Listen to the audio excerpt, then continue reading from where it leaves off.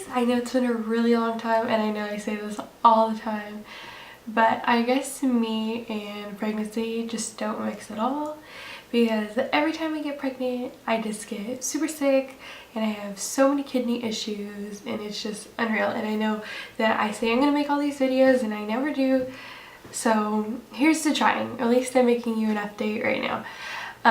So I think the last video I made was like 21 weeks or something. Excuse me, sorry, my hair's wet. I just got out of the shower.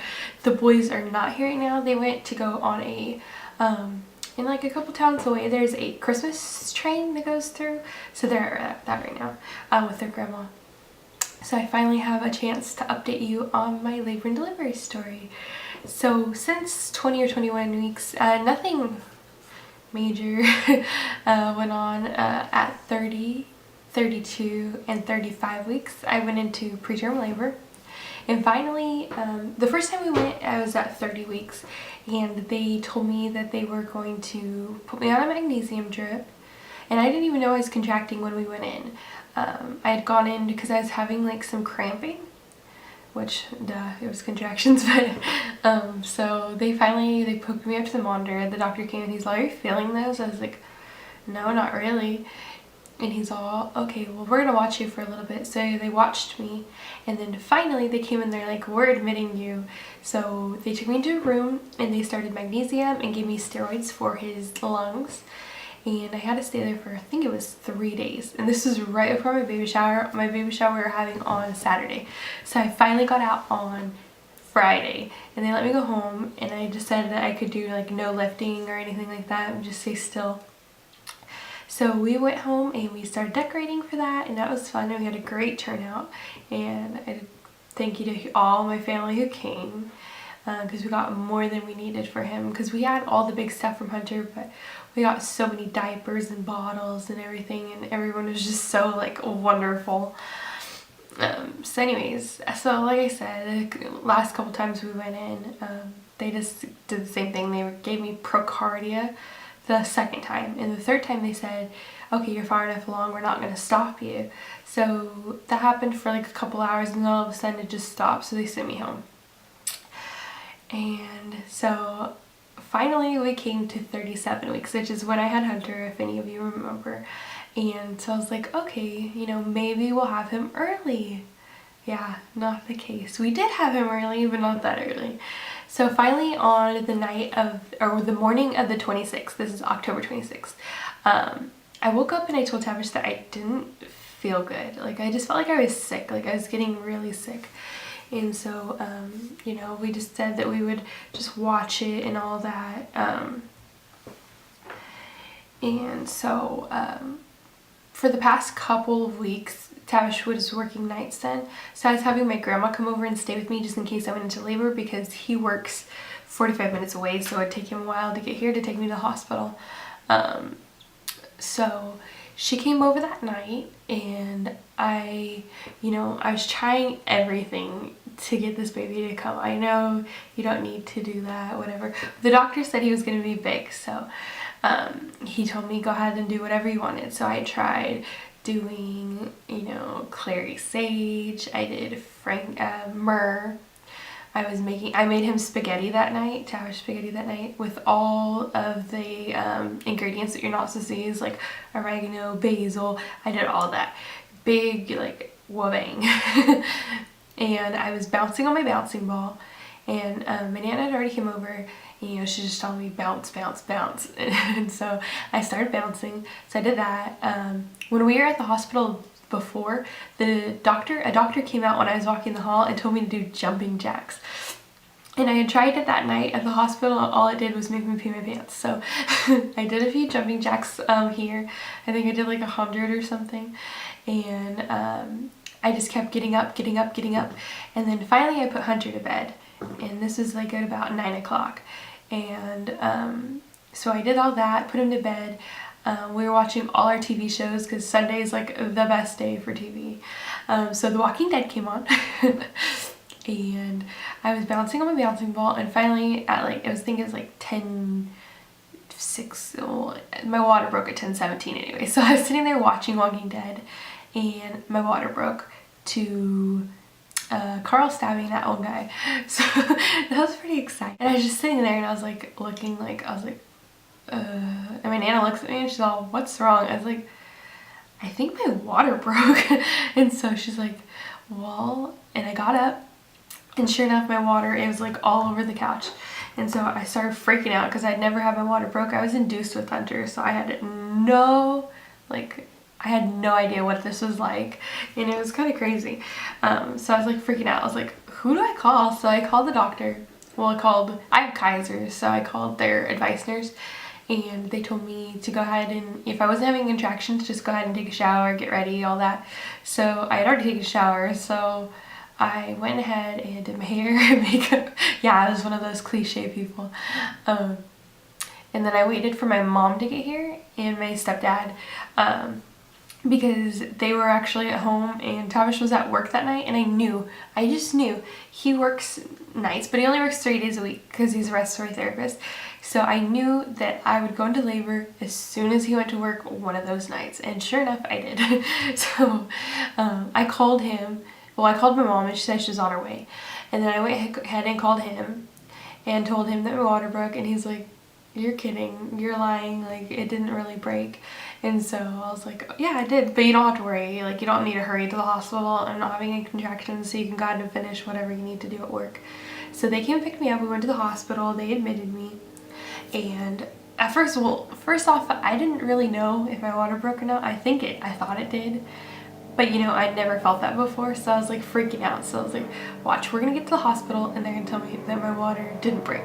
So I got into the room and everything, and they checked me, and she's like, cough, and I was like, okay. So I started coughing and she's like, nothing's coming out, and I was like, oh my god, you gotta be kidding me. I was like, my water broke, I promise. Like even when I was wiping after that, like blood was coming out. So I was having my bloody show, so I was like, stuff has to be coming out. So she did a little fern test and it checks to see if the thing ferned or not. So me and my mom were sitting in there and we're freaking out, so we're googling everything on like other ways to tell that you have your water broke.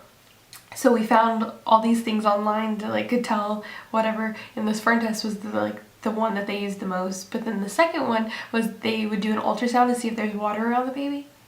So sure enough, me and my mom were like, oh my god, if they come in with an ultrasound, it's gonna be crazy, because like I don't know if my water broke. So anyways, they came in, and sure enough, 2 seconds later they came into the ultrasound machine. I was like, great, my water didn't break. But at the same time, I was still feeling gushes of water coming out. So she came in and she's like, are you still leaking? I was like, yeah, I'm still leaking. She's like, okay, good, because we're gonna check which way your baby is to make sure he's head down, because we're going to keep you. I was like, yes, best news ever.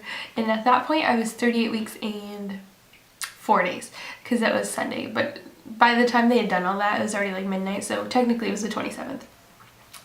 So Tavish finally showed up, and they moved us to our own room, and they're like, well, you can do whatever you want for a little bit, we'll see if things pick up or not. So we went and walked around for about maybe 45 minutes or so, and then we finally went back to the room, and she's like, okay, we're gonna induce you because you did so well with it before, and your body's not doing anything. So at 3:43, and my mom, Tavish, and my stepdad were all there, and they stayed the night, and at 3:43 they started the Pitocin, and so we did the Pitocin, and then you know, I was just waiting around. I was getting crampy, but not really anything, like nothing was happening, nothing was showing up on the monitors. So we did that all the way until about probably, I don't know, probably like 6 or 7 in the morning. They came and they're like, okay, we're gonna up your dosage. So throughout this whole thing, they upped my dosage to till 16, so that's pretty high, and it wasn't doing anything. And finally, I think it was like about 11, Tavish and my stepdad had left to go get something to eat, and they were gonna come back, and they were gonna bring me some stuff that I needed. And my mom had already left to go to work because she had to go to work and do some stuff. And so I got an hour nap finally, because I didn't sleep at all that night because I was having cramps. Like I was having contractions, but nothing was showing up on the monitors. But they weren't hurting, they were just uncomfortable. And I couldn't sleep because I was so excited. So finally they came back at 12, and then all of a sudden I started getting this horrible horrible back pain, and sure enough, I was having back labor. So none of my contractions were showing up on the monitor because they were all on my back.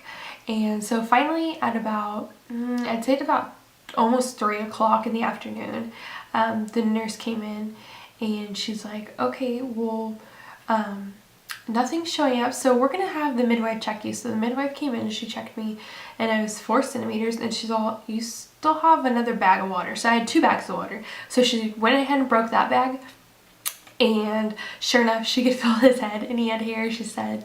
So that happened, and all this whole time I was having back pain and back pain and back pain, and I was just telling them, I was like, I'm having contractions even though they're not showing up on the monitor. Like, I was in tears, like hurting so bad. So finally they gave me some fentanyl to hold the edge over, and finally like 30 minutes later she's like, okay, I'm gonna call the anesthesiologist because you're in a lot of pain, just nothing's showing up. So they end up inserting one of those internal monitors, and sure enough I was having contractions like every 2 minutes, and they were pretty strong, like over 100. So they called the anesthesiologist, and he was getting ready to prep for a C-section, so he said he probably couldn't be in there for a couple hours. And I was just thinking, oh my god, I cannot do this. But he had made it there instead. So the first time he tried to put the he came in instead of doing the C-section because they pushed it back a little bit. But as soon as he came in, he put in the needle and everything, and he missed and he hit my bone, and oh my gosh, that was the most excruciating pain I have ever been in my life. Oh my god, that hurt so bad. But so he took it out and tried again, and sure enough he got it in the right place, and then it was just like rocket flew. So about 6 o'clock, my aunt, which it was her birthday, she showed up, and my cousin was going to take her to dinner, but they just wanted to come and see me and see how I was doing before they went to dinner. And so they're like asking my mom, they're like, well, do you want to come to dinner with us, because it seems like, you know, it's going to be a while. And my mom was like, yeah, I'll go. And sure enough, right when she said she'll go, the nurse walked in. She's like, oh, I'm going to check you really quick. And so my mom's like, okay, sorry, my camera died. So anyways, don't do that. Okay, so anyways, my camera died.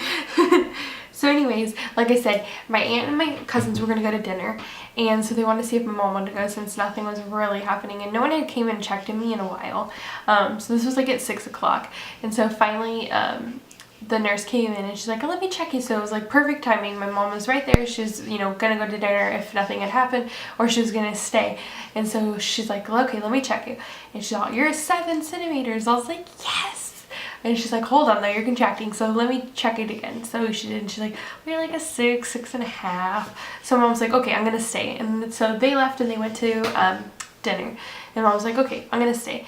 And so the nurse, she's like, tell me if you feel any pressure at all. And I was like, okay, yeah, no problem.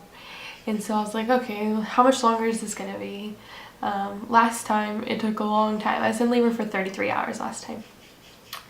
So we were like sitting there waiting around, and finally I was like, I feel really weird. Well, okay, hold on. This had to be later, because she had to check me. She checked me, I think it was like at 7 o'clock. Yeah, it was at 7 o'clock. So anyway, she checked me at 7. And then, because, yeah, she checked me at 7. It was at 7, sorry, not 6, 7. Because as soon as she left, I started feeling this weird pressure, and it's like hard to explain. It felt like I was sitting there and I was trying, like I was numb from the epidural, but it felt like I was like pushing, and it felt like seriously, it felt like I was gonna poop myself. It sounds really bad, but that's what it felt like. And so everyone's like, just call her. I was like, I don't want to call her. I don't want her to think I'm a freaking weirdo, because she just left the room and thinking that I'm already, you know, gonna give birth. And so I called her. I was like, I'm feeling some pressure, and she's like, okay, I'll come check you. So she came and checked me. Sure enough, 10 centimeters, all the lights came on, boom. And this is at 7:30. Okay, so they came in, put their gloves on, you know. The midwife, she left the lady next door, because the lady next door had been pushing for like 2 hours. She's like, you keep pushing over there, we're gonna come over here. So she came in and she's like, please just be better than her, you know, next door. And so I was like, okay, no problem. So they let me push, and sure enough, like 4 contractions later, he was out. But it was weird, because with Hunter, my epidural lasted the whole time. And this time, I don't know if like the pump wasn't working or whatever, but I could feel everything. So I could feel his head coming out, and like it kept going, and it could like get stuck and then go and get stuck and go and then get stuck. And the worst part for me was the shoulders. Oh my god, that hurt so bad. Yeah, I had no idea because I felt like his head hurt a lot. His shoulders hurt so bad. But it's funny, as soon as his shoulders come out, it's like, oh, you forget about everything. It doesn't hurt anymore. So anyways, with my other son, since he was, you know, 37 weeks, they took him away from me. Like, I didn't get to hold him. He was having breathing problems, all that. So this time it was so special. They lifted him up and she's like, here he is, he's such a big boy. And I was like, really? He's little. And he was 8 pounds, 11 ounces. He was born at 7:36, so it only took me 6 minutes. And he was 21 1/4 inches long. And yeah, he's just